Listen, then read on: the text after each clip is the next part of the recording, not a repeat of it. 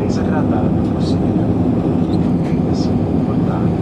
Se desejar, carregue o braço, controlar o fluxo de ar, a luz de comida e a chamada de missa de modo acima de seu assento. Caso queira, pode fazer a utilização do seu de acordo com o tipo de aeronave.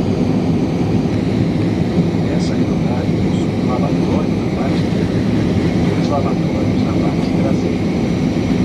Ao entrar, clique a porta para ativar o sinal do comando. Automaticamente se acelerar a luz interna.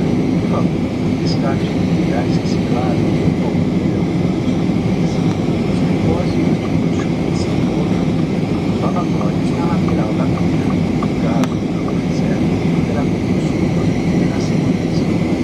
Dependendo do tipo de aeronave, abaixo de sua coluna encontrará uma tomada de música para conectar-se com equipamentos eletrônicos. Se desejar, poderá utilizar seus fones de ouvido pessoais ou solicitá-los ao comissário de bordo para conectar com todo o sistema de entretenimento.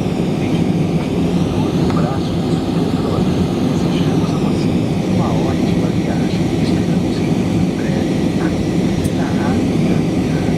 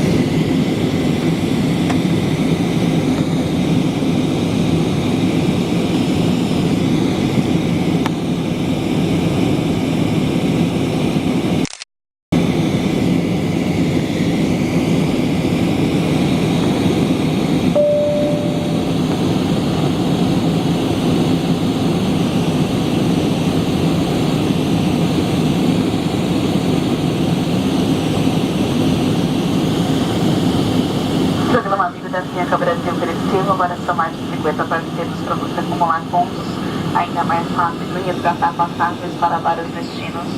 Cadastre-se gratuitamente e saiba mais em avianca.com.br/amigo. Aproveite!